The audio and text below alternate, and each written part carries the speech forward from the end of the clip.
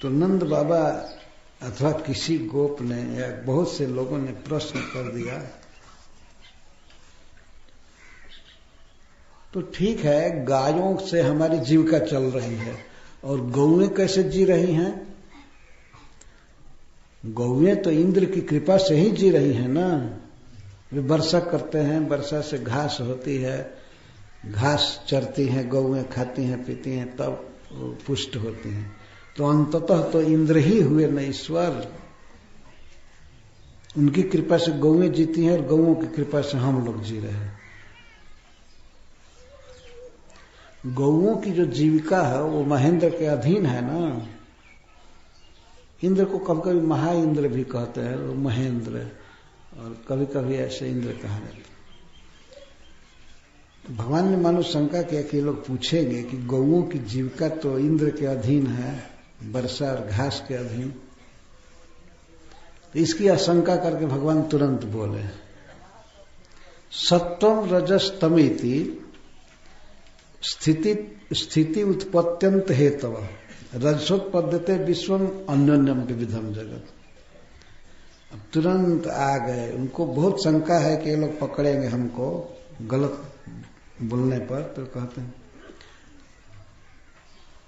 सब नेचर कर रही है, इसमें कोई इंद्र का क्या हाथ है। प्रकृति के 3 गुण हैं, सत्व, रज और तम। वो गोप लोग भी कोई कम पढ़े लिखे नहीं तो लोग सब समझते हैं। आजकल के लोगों को तो कहा जाए कि प्रकृति के 3 गुण हैं, तो प्रकृति क्या है यही मालूम नहीं है, प्रकृति के 3 गुण क्या मालूम हमें।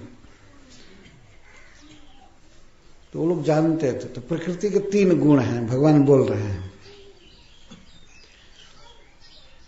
सांख्य शास्त्र है एक को शेश्वर सांख्य कहते हैं और एक को निरीश्वर सांख्य। एक सांख्य फिलॉसफी में जो कपिल नाम का एक ऋषि चलाया था, भगवान कपिल देव नहीं, उसने सांख्य माना, प्रकृति के सारे चीजों को, तत्वों को स्वीकार किया, लेकिन ईश्वर को नहीं स्वीकार किया, ईश्वर को नहीं माना है। तो उसको निरीश्वर सांख्य कहते हैं, जिसमें ईश्वर की सत्ता स्वीकार नहीं की गई है, उसको निरीश्वर सांख्य मत कहते हैं। तो भगवान उसी का आश्रय लेकर के पट्टी पढ़ा रहे हैं गोपों को। सत्वम रजस तम, सत्वगुण, रजोगुण, तमोगुण, प्रकृति के 3 गुण हैं और ये तीनों गुण स्थिति उत्पत्ति अंत हेतव। सत्वगुण से इस जगत का पालन होता है और रजोगुण से इसकी उत्पत्ति होती है और तमोगुण से इसका अंत हो जाता है।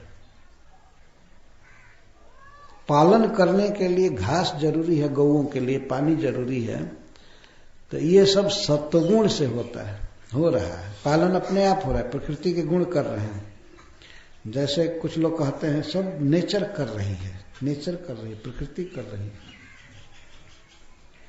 लगता है कि कोई व्यवस्था नहीं है, कोई सुपीरियर, कोई अथॉरिटी नहीं है, कुछ नहीं है, अपने आप सब हो रहा है। तो भगवान उसी को कह रहे हैं, निरीश्वर सांख्य मत के अनुसार बोल रहे हैं 2 श्लोकों में। तो रजसा उत्पद्यते विश्वम, रजोगुण से सारे जीवों की उत्पत्ति होती है। रजसा विश्वम उत्पद्यते, सारा संसार रजोगुण से उत्पन्न होता है।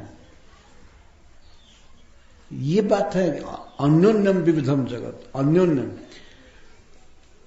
स्त्री पुरुष के संयोग से विविध प्राणी उत्पन्न होते हैं। सभी जगह स्त्री और पुरुष हैं, और जोनियों में भी, जैसे पशु में, पक्षी में, मनुष्य में, सब जगह स्त्री पुरुष हैं। 2 तरह के प्राणी, स्त्री और पुरुष, और दोनों के संयोग से उत्पद्यते विश्वम, या उत्पद्यते विविधम जगत।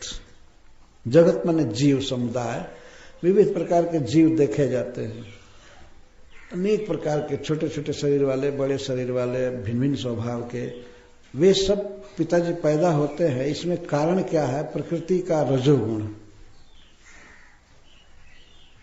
हर एक श्लोक के बाद ऐसा समझना चाहिए, भगवान ये कह रहे हैं कि जो प्रकृति के का गुण रजोगुण सृष्टि करता है और सत्वगुण पालन करता है और तमोगुण अंत कर देता है, बीच में इंद्र की क्या आवश्यकता है, वो क्या करता है, हम नहीं समझ रहे हैं। हर एक बार ये बात कह रहे थे। हमारे समझ से इंद्र को मानना एक फालतू बात है। प्रकृति के 3 गुण कर रहे हैं।